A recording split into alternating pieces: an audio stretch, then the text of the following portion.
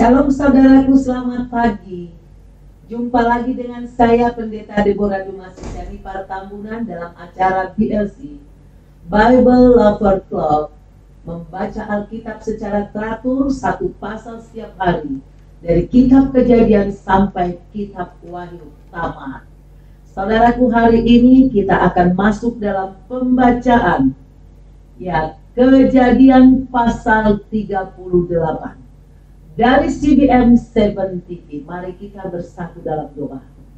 Terima kasih ya Bapa, karena Engkau sudah menyertai kami sepanjang malam dalam tidur kami. Pagi ini Tuhan, kami lapar firman-Mu. Berkati kami dengan firman-Mu. Berikan kami firman supaya kami memperoleh hikmat, memperoleh kekuatan dan terang di dalam menjalankan kehidupan kami sepanjang hari ini. Bersama dengan Tuhan kami akan kuat. Bersama dengan Tuhan kami diberkati. Kami terima firman Tuhan dalam nama Tuhan Yesus. Amin.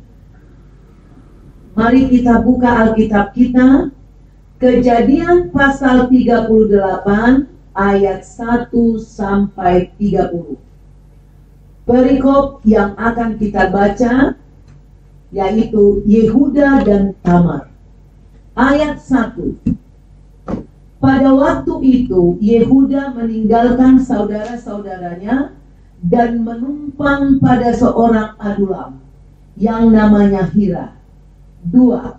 Di situ Yehuda melihat anak perempuan seorang Kanaan. Nama orang itu ialah Syua. Lalu Yehuda kawin dengan perempuan itu dan menghampirinya. 3.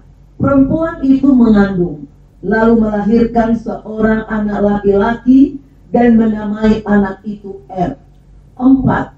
Sesudah itu perempuan itu mengandung lagi, lalu melahirkan seorang anak laki-laki dan menamai anak itu Onan. 5. Kemudian perempuan itu melahirkan seorang anak laki-laki sekali lagi dan menamai anak itu Shela. Yehuda sedang berada di Kezib ketika anak itu dilahirkan. 6. Sesudah itu Yehuda mengambil bagi Er anak sulungnya seorang istri yang bernama Tamar. 7. Tetapi Er anak sulung Yehuda itu adalah jahat di mata Tuhan, maka Tuhan membunuh dia. 8. Lalu berkatalah Yehuda kepada Onan, hampirilah istri kakakmu itu, kawinlah dengan dia sebagai ganti kakakmu, dan bangkitkanlah keturunan bagi kakakmu. 9. Tetapi Onan tahu bahwa bukan ia yang empunya keturunannya nanti. Sebab itu setiap kali ia menghampiri istri kakaknya itu, ia membiarkan maninya terbuang, supaya ia jangan memberi keturunan kepada kakaknya. 10. Tetapi yang dilakukannya itu adalah jahat di mata Tuhan, maka Tuhan membunuh dia juga. 11. Lalu berkatalah Yehuda kepada Tamar, menantunya itu, tinggallah sebagai janda di rumah ayahmu, sampai anakku Shela itu besar. Sebab pikirnya jangan-jangan ia mati seperti kedua kakaknya itu. Maka pergilah Tamar dan tinggal di rumah ayahnya. 12. Setelah beberapa lama, matilah anak Syua, istri Yehuda. Habis berkabung, pergilah Yehuda ke Timna kepada orang-orang yang menggunting bulu domba-dombanya bersama dengan Hira, sahabatnya orang adulam itu. 13. Ketika dikabarkan kepada Tamar, bapa mertuamu sedang di jalan ke Timna untuk menggunting bulu domba-dombanya. 14. Maka ditanggalkannya lah pakaian kejandaannya. Ia bertelekung dan berselubung, lalu pergi duduk di pintu masuk ke Enaim yang di jalan ke Timna. Karena dilihatnya bahwa Shela telah menjadi besar, dan dia tidak diberikan juga kepada Shela itu untuk menjadi istrinya. 15. Ketika Yehuda melihat dia, disangkanyalah dia seorang perempuan sundal, karena ia menutupi mukanya. 16. Lalu berpalinglah Yehuda mendapatkan perempuan yang di pinggir jalan itu serta berkata, marilah aku mau menghampiri engkau. Sebab ia tidak tahu bahwa perempuan itu menantunya. Tanya perempuan itu, apakah yang akan kau berikan kepadaku jika engkau menghampiri aku? 17, jawabnya, aku akan mengirimkan kepadamu seekor anak kambing dari kambing dombaku. Kata perempuan itu, asal engkau memberikan tanggungannya sampai engkau mengirimkannya kepadaku. 18, tanyanya, apakah tanggungan yang harus kuberikan kepadamu? Jawab perempuan itu, cap metremu serta kalungmu dan tongkat yang ada di tanganmu itu. Lalu diberikannya semuanya itu kepadanya. Maka ia menghampirinya. Perempuan itu mengandung daripadanya. 19. Bangunlah perempuan itu lalu pergi. Ditanggalkannya lah telekungnya dan dikenakannya pula pakaian kejandaannya. 20. Adapun Yehuda, ia mengirimkan anak kambing itu dengan perantaran sahabatnya, orang Adulam itu, untuk mengambil kembali tanggungannya dari tangan perempuan itu. Tetapi perempuan itu tidak dijumpainya lagi. Ayat 21. Ia bertanya-tanya di tempat tinggal perempuan itu, di manakah perempuan jalang yang duduk tadinya di pinggir jalan di Enaim itu? Jawab mereka, tidak ada di sini perempuan jalang. 22. Kembalilah ia kepada Yehuda dan berkata, tidak ada kujumpai dia. Dan juga orang-orang di tempat itu berkata, tidak ada perempuan jalang di sini. 23. Lalu berkatalah Yehuda, biarlah barang-barang itu dipegangnya, supaya kita jangan menjadi buah olok-olok orang. Sungguhlah anak kambing itu telah kukirimkan, tetapi tidak menjumpai perempuan itu. 24.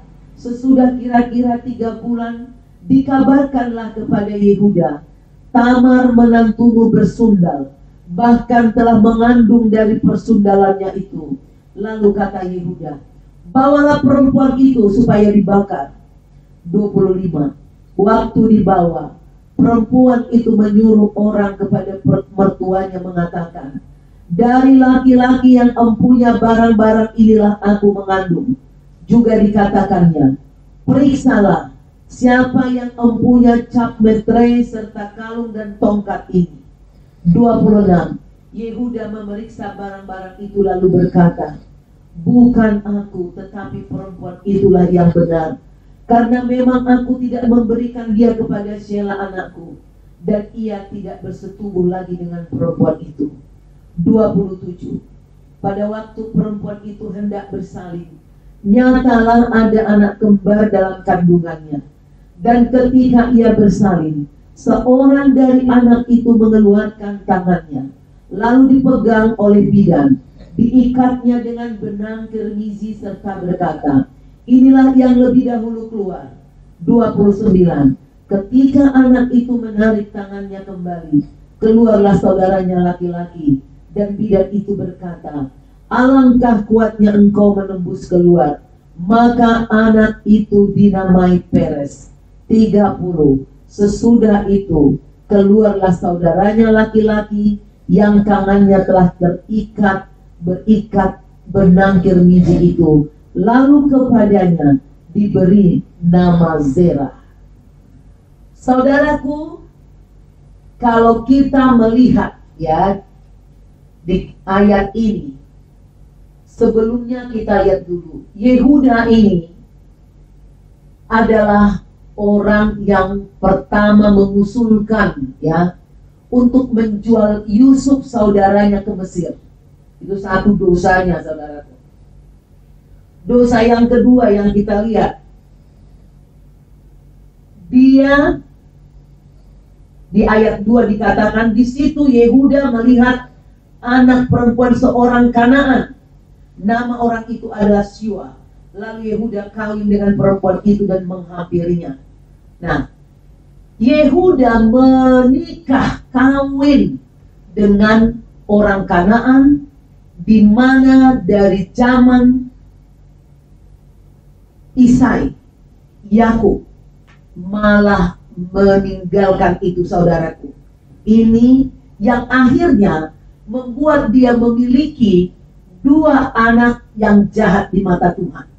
Ya, karena orang Kanaan adalah penyembah berhala. Nah, saudaraku, dia memiliki 3 anak. Anak pertama adalah Er. Karena dia jahat di mata Tuhan, dia meninggal tanpa anak. Er menikah dengan Tamar. Kemudian setelah Er meninggal, Yehuda mengatakan kepada anaknya yang bernama Onan, "Udah Onan, kawinilah kakakmu si Tamar itu, supaya dia punya anak." Tapi menurut adat Yahudi, dia anak yang lahir pertama nanti itu jadi masuk kepada anak daripada almarhum abangnya yang bernama Er. Jadi dia tidak sudi. Oleh karena itu, setiap kali mereka tidur bersama, Alkitab mengatakan Er ini tidak menginginkan memberikan anak kepada Tamar. Dia membuang-buang maninya, dan itu akhirnya membuat Tuhan marah, murka, jahat di mata Tuhan perbuatan Onan ini, sehingga dia juga mati. Kemudian saudaraku, masih ada satu lagi, Shelah. Tapi dia masih kecil. Lalu Yehuda pakai taktik. Di hatinya mungkin nanti, aduh kalau ku kasih anakku ini mati pula nanti. Jadi dia bilanglah, udah Tamar, kau pulang aja dulu ke rumah ayahmu.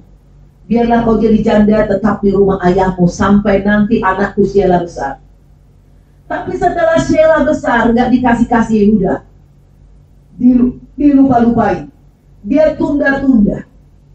Akhirnya saudaraku, suatu hari setelah istri Yehuda meninggal, dia pergi mau menggunting bulu dengan sahabatnya. Ada orang yang menyampaikan kepada Tamar, "Tamar, mertuamu mau datang ke pengguntingan bulu." Dan Tamar langsung membuka baju kejandaannya. Dia mencegat di jalan, berpura-pura jadi wanita sundal, wanita jalan. Tapi dia pintar, saudara. Dia minta dibayarin, tapi belum ada kambing waktu itu. Akhirnya dia bilang, kasih jaminan aja. Dikasihlah jaminan, lalu Tamar melayani Yehuda tidur. Yehuda terjerat, mertua tidur dengan menantu, ini adalah dosa besar. Tetapi Tamar, saya lihat di sini, dia hanya hendak mengingini suatu keturunan. Mungkin juga dia percaya kepada Tuhan, kepada berkat yang dijanjikan Tuhan melalui Yakub kepada Yehuda, sehingga dia sangat menghendaki ada anak. Dan dia menjerat mertuanya dengan berpura-pura menjadi wanita sundal di jalanan. Tapi dia pintar, dia minta jaminan itu. Nah, suatu hari saudaraku, dia hamil. Sekali berhubungan dia hamil, ada orang yang menyampaikan kepada Yehuda, Yehuda, mantumu Tamar hamil, bersundal dia. Murka dan malu Yehuda, akhirnya dia bilang, bawalah perempuan itu ke sini supaya kita bakar.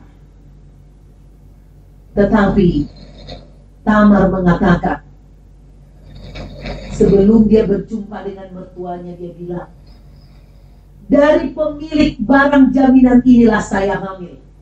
Cobalah dulu diperiksa siapa yang punya ini.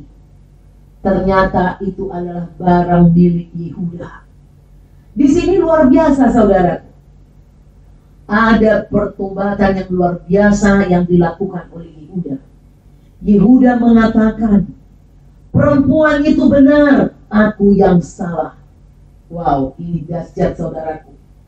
Di 2 Petrus 3 ayat 9 firman Tuhan mengatakan, Tuhan tidak lalai menepati janjinya sekalipun ada orang yang menganggapnya sebagai kelalaian, tetapi ia sabar terhadap kamu karena ia menghendaki supaya jangan ada orang yang binasa, melainkan supaya semua orang berbalik dan bertobat. Yehuda bertobat. Dia berbalik dari dosanya yang tadinya dia bahkan tidak ada kasih. Dia menjual adik kandungnya Yusuf. Kemudian saudaraku, dia ingin membakar Tamar. Tetapi setelah ada bukti itu, dia berani mengaku. Puji Tuhan saudaraku, dia berani mengaku bahwa dia salah, bahwa perempuan itu benar. Akhirnya Tamar tidak jadi dibunuh. Tamar kemudian membesarkan kandungannya. Dan kemudian saudaraku, lahirlah anak daripada Yehuda melalui mantunya Tamar yang bernama Peres. Peres inilah yang akhirnya nanti saudaraku, nenek moyang Boas, nenek moyang Isai, ayah Daud. Jadi Peres adalah anak daripada Tamar dan Yehuda, Yehuda dan mantunya. Dosa Yehuda